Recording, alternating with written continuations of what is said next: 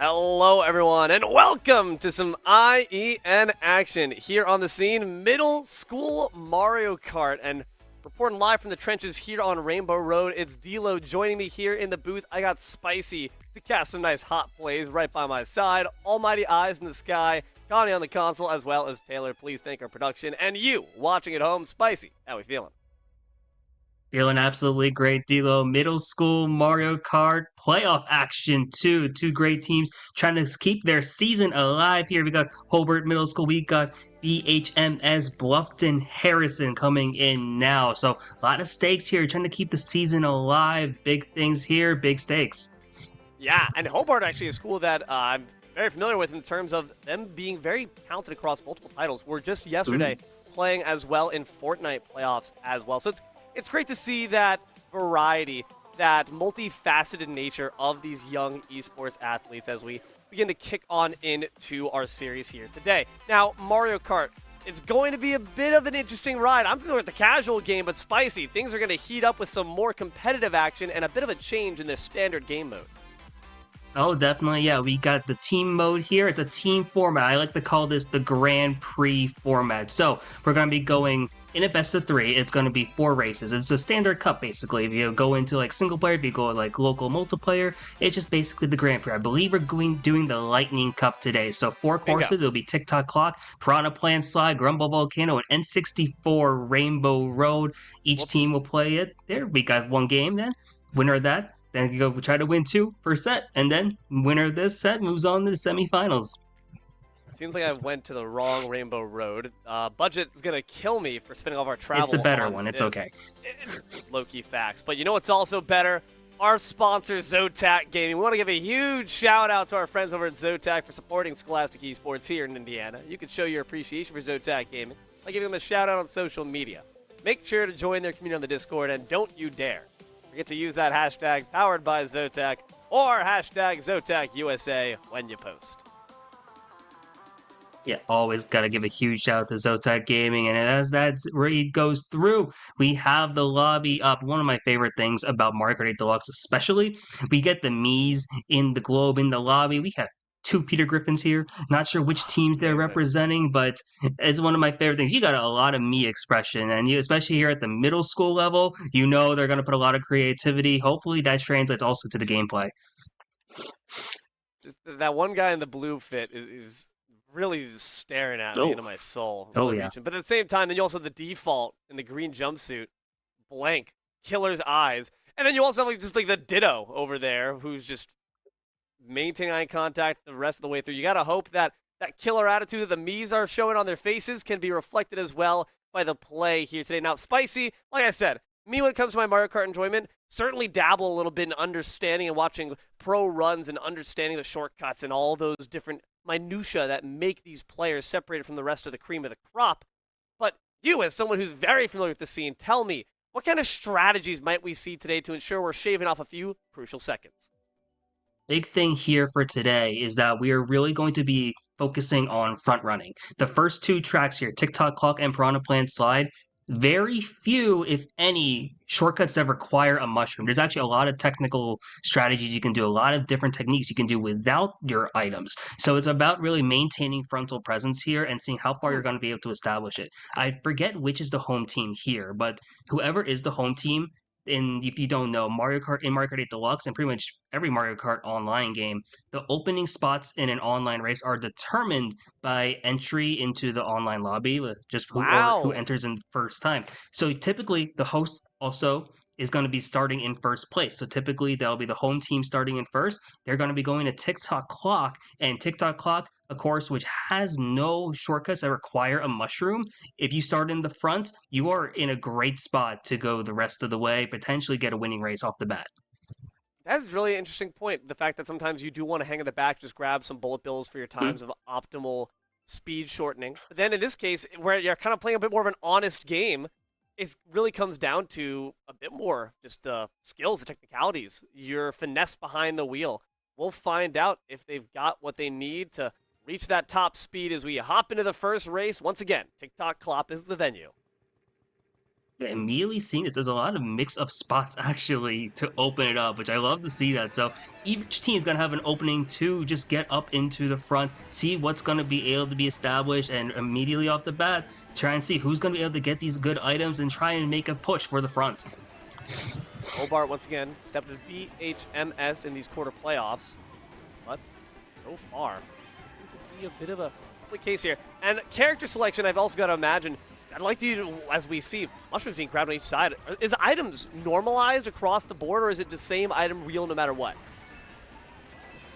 So items typically in this game, it's a combination of distance as well as spots. So you're actually going to see some really important things in the later maps where depending on how far you are from first place, that will actually have a big thing about what kind of items you are pulling here. First place, as you see over here with the Baby Luigi, limited to mostly just coins. You're going to be seeing if they get in this like single item box here. If they're lucky, they pull some form of defense here, but the coin, good item to have. You want to build that economy up, but unfortunately, not kind of defense here at the moment. I believe I'm not mistaken, the Blues repped up there by Hobart with the lead on the Baby Luigi. Also noticing that very much lightweight characters being preferred. You're not really seeing any of your King Boos, which is my personal favorite, so a bit of a gripe there. Nice red shell. And some reprieve to that fortunate member of BHMS. Mushroom in hand as well, and make sure to save it for a moment where you have an open stretch, so that way you're not caught drifting it away. Oh, definitely, yeah, and you're seeing some interesting things. As you mentioned, the characters, you're seeing a lot of the lightweights here. Handling is very preferred, and you're seeing a lot of middleweights here as well. Those are typically the characters you're going to be seeing quite often here in this meta. A lot of focus on handling and really bumping out as many mini turbos as we possibly can here. And it's so important to see, especially now as we're trying to see what BHMS is trying to do now with these two players, seeing if they're going to be able to make one last push towards the front. You're looking at that mini map, and looks like we might have a change at the top. Rosalina drops the 3 mushrooms, is trying to be in hot pursuit, but yeah, like you said, that Peach is going to rise to that front row position. Like you mentioned, very important here, especially as we near that final benchmark, as they're able to finally cross that threshold. It is going to be one member of BHMS, and also in third place, the Dry Bones, going to be a top runner as well, so not too shabby a start here if you're a BHMS fan. So far, a solid start here, really. Getting 1-3 in the 4v4 format is really powerful. You want to be able to establish as many tops as possible. And already off to a great start here. Small positive, only up 3 points. But hey, getting it on the board here, especially going into Piranha Plant Slide, which is another track really strong for front running, you're setting yourself up for a good position the rest of the way. Now, obviously, as far as you understanding these different shortcuts, these different paths you can take to try to shave off and erase a bit of that extra time, I wasn't quite familiar with what this track can offer in terms of that. Were you seeing a lot of these players go for those shortcuts, or were they keeping it by the straight and narrow? I think they were keeping it pretty straight so far. So TikTok Clock especially is notorious for having a really difficult ending shortcut where you can basically skip part of the track to just go on the clock hands. You kind of see a little similar thing here on Piranha Plant Slide. It's interesting also, you notice that the Peachette on the left side of the screen here from BHMS is on the Yoshi bike. Yoshi bike actually has a really strong advantage specifically here on this track where the different drifting style is actually going to make it a lot easier for them to take advantage of these turns, potentially, and with some drafts, establish a front-running presence for their team. Yeah, catches the slipstream. That feels really nice. Unfortunately, they'll get shoved off there by a warranted drift by another Dry Bones. That feels rough. From all the way up in the front top 5 slots, now you're all the way back in 8th instead. Speaking of first place, Baby Rosalina gets quickly knocked off their block, and now they're dropped to 4th. Yeah, it looks like Hobart is going to be the one to actually establish a front run here. There is the shroom cut up ahead, and I'm curious to see if anyone from this red side is going to be able to cut on up. Or if it looks like here, Hobart might be able to just hold on to a lot of these tops. A little bit of a shake-up here, especially because around the finish line, you are going to have a lot of chaos here, just hitting multiple players out when possible. But really, the priority now, especially with how close this pack is, just try and fight your way up to the front. Yeah, you can tell just looking at the map how tightly wound it is. Unfortunately, one Dry Bone falls a bit behind, but is able to actually catch right back up. With the herds this tightly packed together, every item can mean fame or fortune for one lucky member. Boost there comes in the pocket of this Peachette. 5th place, trying to wound their way back when they were kind of dropped all the way back to 8th. But it's again BHMS that are doing a really solid job of declaring dominance over these top few spots. Yeah, and you see that they're able to maintain this, which is really good here. Yeah, Hobart's second place player isn't going to be able to do anything with that item, but instead you see a few players trying to shroom on up. Unfortunately, Oh! that is one of the big issues here. It's a smaller cut than anticipated, and sometimes those things do happen. You are fortunate that if you are the BHMS player, you do have one of your teammates up in front still, but and you hope that mistake doesn't cost you too much. Man, that just feels rough to see. Try to make the cut instead. You really should have cut down that grass. That's what's going to be tripping you up. Dry Bones left, wet in the back. Does, though, get that superstar to try to catch back on up. Will that be enough, though? The pressure's really on this baby Rosalina to maintain their position. Yeah, it's so close right now. It's always a big fight up in the top. This last item set is especially crucial here. What items are we going to be able to pull here? If we pull a mushroom, we might be able to change things up at the end. You see a couple players cutting on up, being able to make things happen. But at top 2, it looks like, from BHMS, big cut, which is still going to do really well for them here, even with some of the unfortunate things that happened beforehand. That big cut there with the golden mushroom actually does grant a bit of reprieve to our friends on the side of BHMS. And with that, they still retain that lead. In fact, extended by just a little bit more. That's just how crucial it can be to grab that top slot. The point differential is just a little bit more important than it is for the other increments. So excellent work by that baby Rosalina to make sure they grabbed first and never let it go. It's an important thing to keep in mind in competitive Mario Kart, and teams especially. Top 2 in a 4v4 will always guarantee a positive race for your side. So it's a matter of seeing if you can get top 2 at least and just play mid-pack the rest of the way, make it hard for the other team. That will guarantee you a win here. We are going to Grumble Volcano. In contrast to what we had in the first 2 races, this one's actually better to be in the middle spots here. So Hobart's going to maybe be in a great spot. Watch the C for a lot of potential slipstreams and drafts, especially in those tight sections. It's going to make it a lot easier to then get into a front-running position later on. Question is, at this level, I wonder how privy these players are. And, you know, I will say, I've seen different games play at the middle school level where it feels like there's not necessarily the same level of competitive grit that you see in the higher levels, but this level of Mario Kart, I would be afraid to go up against any single one of these young talents. It's just really interesting here because you see them, they have a great game knowledge, and Deluxe has been around for so long now. But you see almost everyone's using a meta selection in terms of character and vehicle combination, and a lot of different ideas are being used here. You're actually seeing now this Peachhead ran up the shroom up in the first place, has to burn it just to get back up and maintain this front run. But a lot of people they're opting to go the optimal pass here and trying to take those optimal lines. Speaking of optimization, unfortunately Dry Bones once again not able to do that on the side of BHMS, gets caught in the rough and is going to be trying to battle the way back up from that disadvantaged position.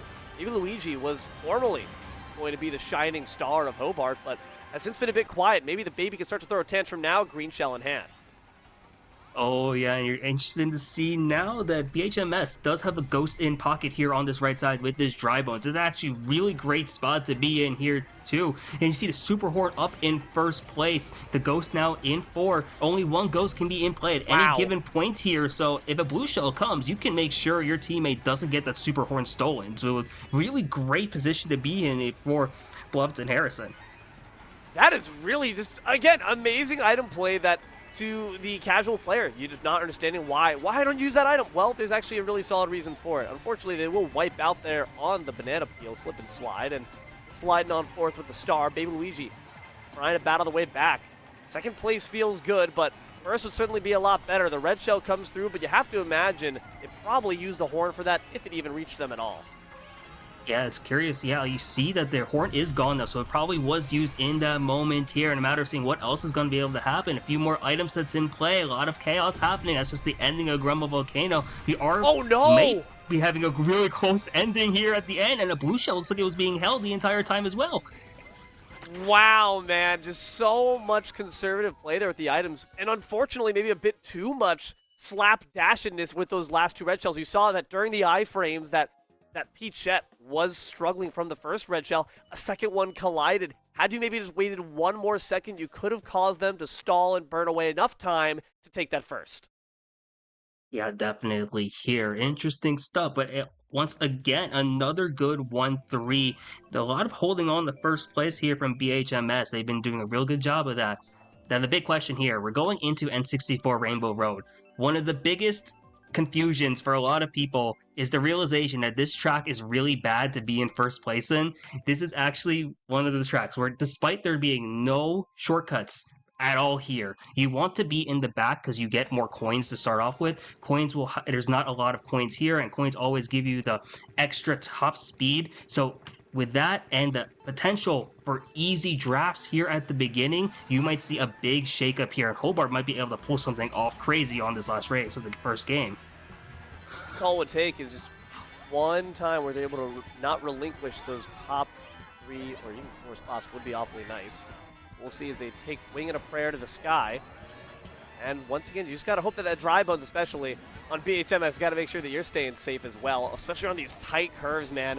Every drift is just a death-defying attempt to try to garner as much speed as possible without losing your head.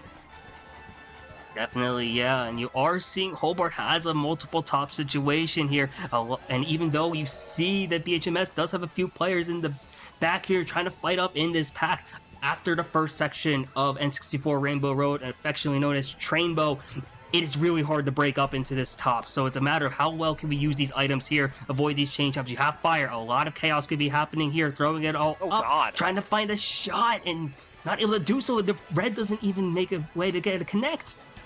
That is incredibly surprising. Normally just the spray and pray actually does end up netting some results, but a successful red shell hit there from a member of Hobart.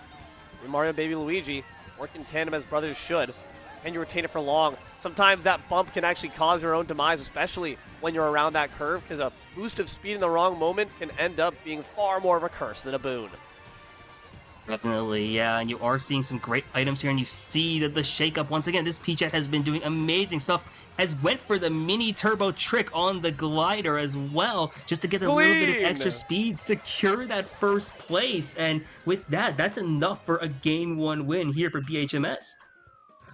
Man, it just feels like consistently they were able to kind of just have their way with the placements they wanted, especially on that P-Jet. Didn't really feel like they were struggling too much, save for our friend Peta there, that dry bones. But even then, when you're in that back position, like you mentioned, you can kind of just be a spoiler for the enemies that are in that middle spot.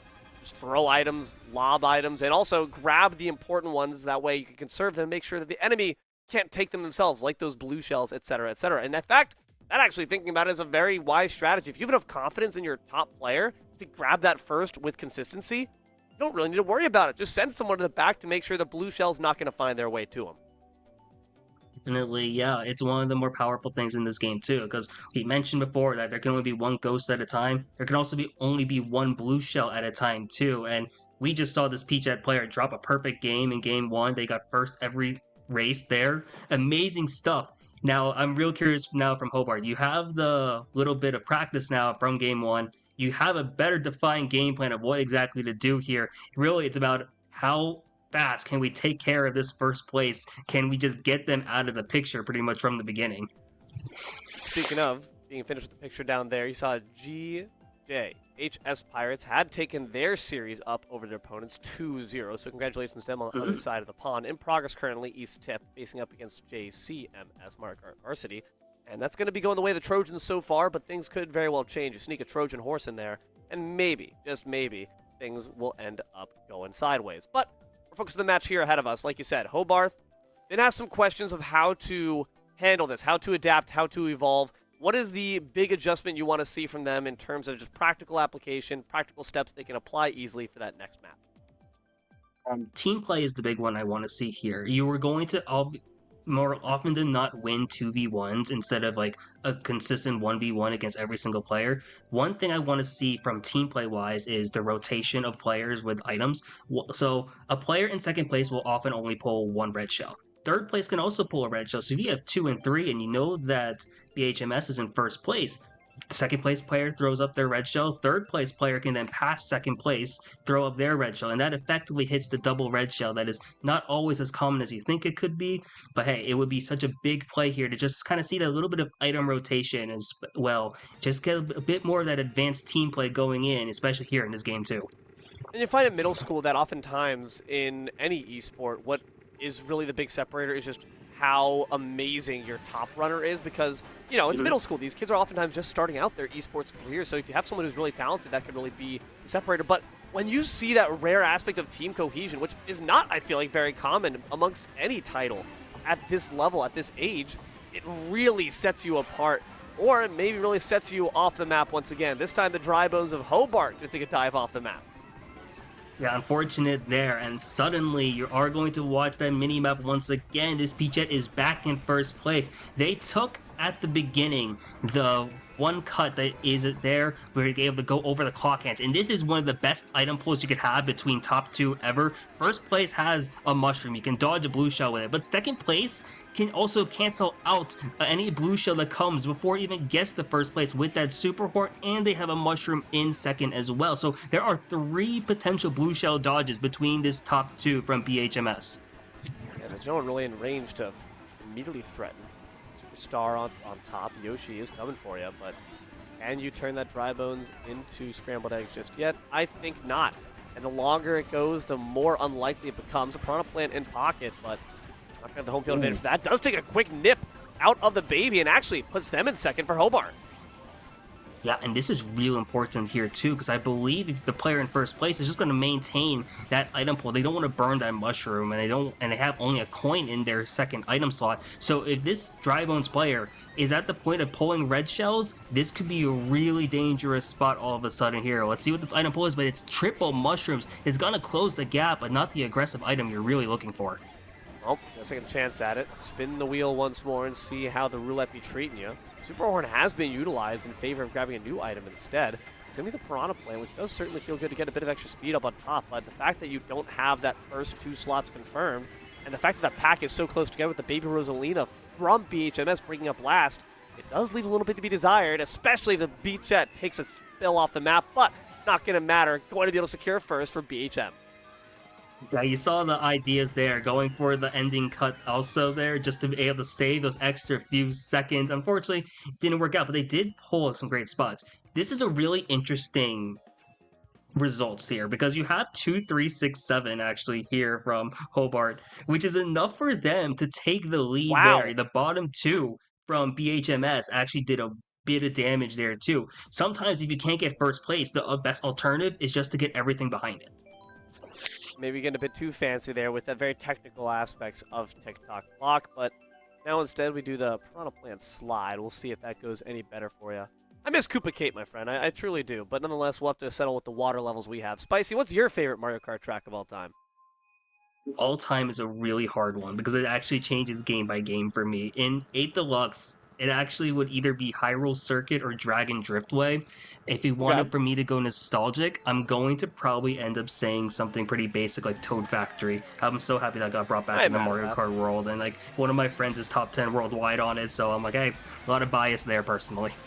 That's cool, dude. It's always good to have some comfort there. Nothing feels better than a map that feels like home. Nothing feels worse than a red shell on the backside, though. Maybe Luigi off to a hot start. Grab second, but it's in heavy contestation for those top slots.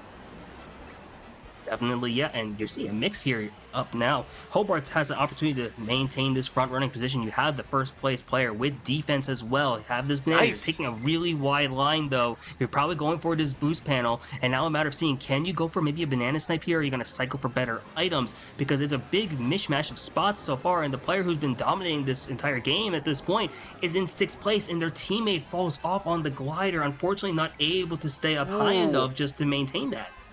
Beachette now back on top thanks to an amazing shortcut utilizing that mushroom. Unfortunately, a very precisely aimed banana peel does actually knock them right back off their block and into 5th.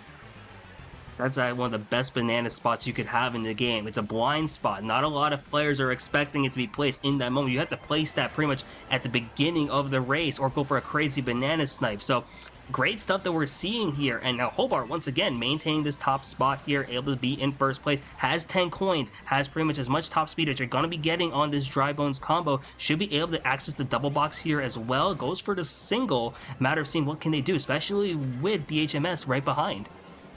Spread feels like it's starting to kind of extend out just a little bit longer. What at first was a cluster has become a bit more of a snail trail. Slowed down there for the Baby Rosalina. She gets banana peels as well. Hobart so far, even though their front running sometimes has been lacking, their banana precision has been really on point.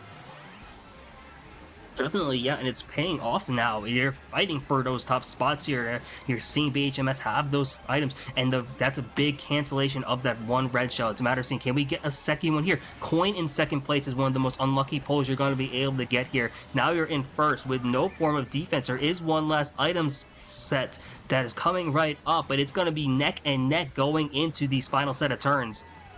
You never want it to be up to chance, but sometimes Lady Luck has just got to hold your hand and tell you it's all going to be okay. The sound box in pocket, they're going to eliminate that dry bones. Like we're playing Super Mario Bros. Jumps on its head and nothing but dust and bones is left. And it's going to be Peachette once again securing her streak for first. That's amazing play there. Great awareness. Superhorn has such a large hitbox here. Top 278 is a guaranteed positive as well for BHMS. We might be looking at a tied game here, I think, going into this next one. Yes, going into race 3 of game 2, tied up at 39 points apiece. It just got to feel like that Peachette's got plot armor at this point. It must feel frustrating to be on top and have domination and possession of that first place position for the majority of the map, for the majority of that race. And then all of a sudden, sniped away at the very end by a really solid item pull, whereas what did you get? $1 from your grandma, $1 from the Tooth Fairy. I want $5, gosh darn it. I want a sound box that eliminates my enemies that stand before me. Unfortunately, not going to happen, and because of that, all tied up into the volcano. Yeah, so close now between these two teams. You see at BHMS, they have the front-running positions here, but Hobart, being 3, 4, 5, 6, have an opportunity to really make this opening set of turns really chaotic here with some drafts, with some quick item plays, and you're going to see this Baby Luigi fight their way up to the tops as well as this Peachette player. Matter of seeing what are we going to be doing the rest of the way here in this first lap. It's the 2v1, like you mentioned. Is that enough to take down Peachette? She possesses all the power in the universe, it seems. But it's going to be a mushroom in pocket. Baby Luigi. Chance to catch up as it's used to just try to close the distance. It just seems like even without the item luck, this Peachette is really efficient at just cutting off small amounts of seconds and turning these corners. Now, you are noticing that this Peachette has been doing such a great way with their items, but the blue shell is now in play from Hobart, and it is going to be targeting this Peachette. I don't know if they have any super horns left here, if they're going to be able to do anything. No, looks like they got hit out here, which might be able to do something, but you see them immediately trail this green shell, trying to see if they're going to be able to do anything. They're using the rear view as well, just to make sure they don't hit out their teammate, which is just great sense of awareness. Gotta respect the fact that they're trying to make sure that's being conscientious of those around them while at the same time keeping their backside safe. A red shell, gotta imagine that was canceled out by the trailing green. Fireflower not going to find the mark, and neither does the fire obstacle laid out by the map itself. Unfortunate as they try to turn the corner to finish off the Peachette, but it just seems like she's untouchable. At the very least, you have a sound box. They're going to decide to eat the shell for it just to keep possession of the item for Hobart. Real interesting selection of the items here. Interesting decisions across the board. It's a 1st and 8th here from our screen from BHMS.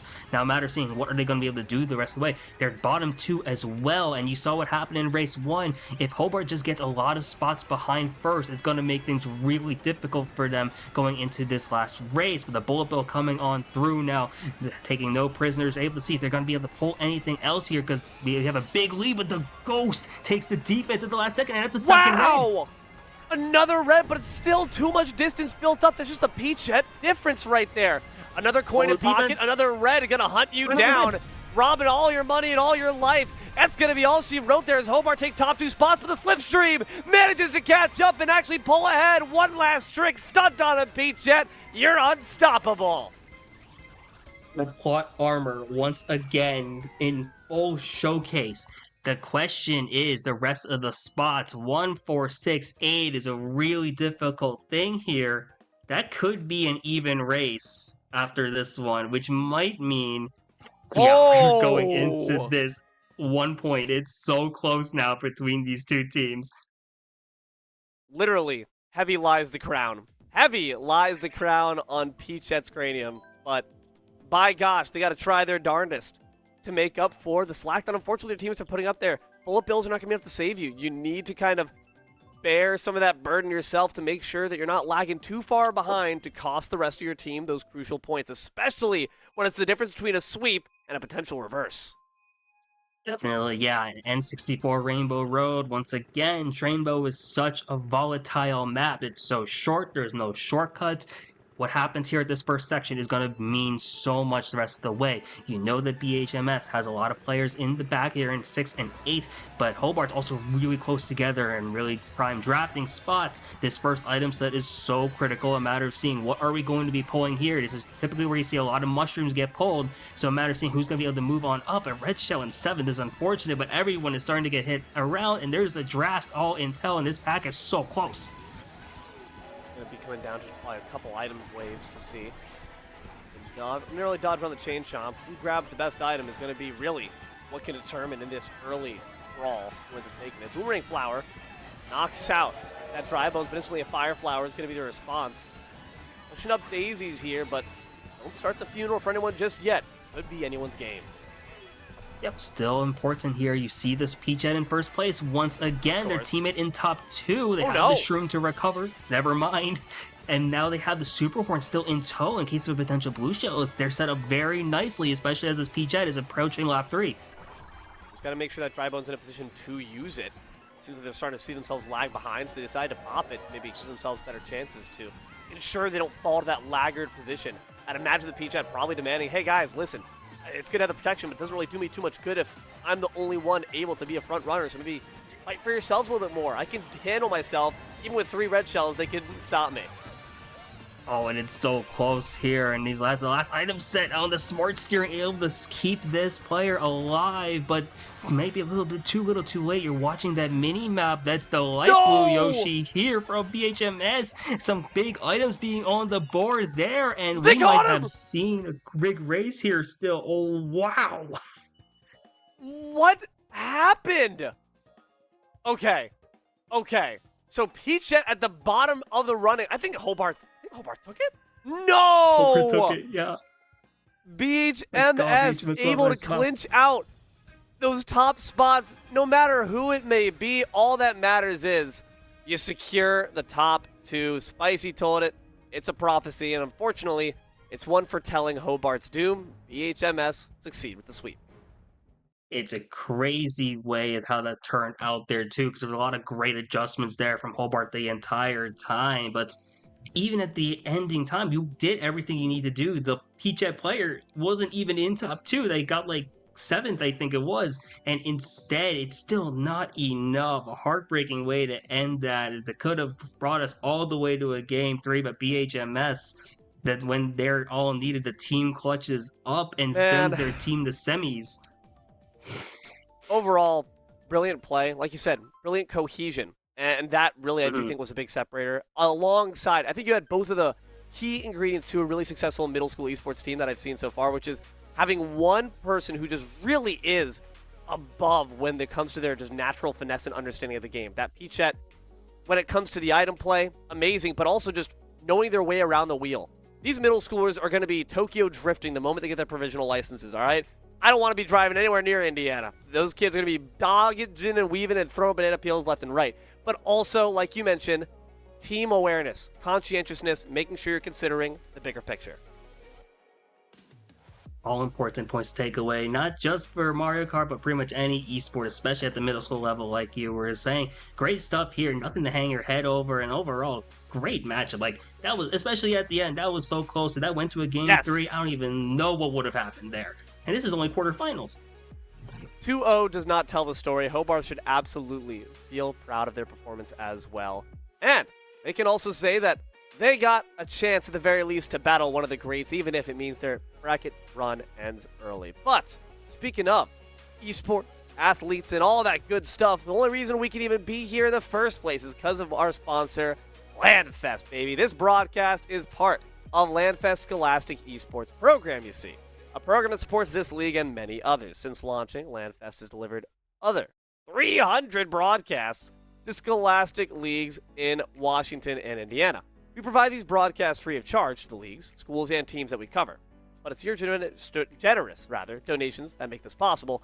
Every $200 raised covers the operating costs for one regular season broadcast. If you appreciate our work, please scan that QR code on screen and donate today. Open your hearts, and maybe, just maybe, open your pocketbook still. Yeah, always got to give a big shout out to LandFest for making this happen. One of the great sponsors here that really helped all this, really showcase all this great esports talent, especially here in Indiana. Just so much great talent. And it's just middle schoolers, amazing stuff here. But D'Lo, we might have one more sponsor still.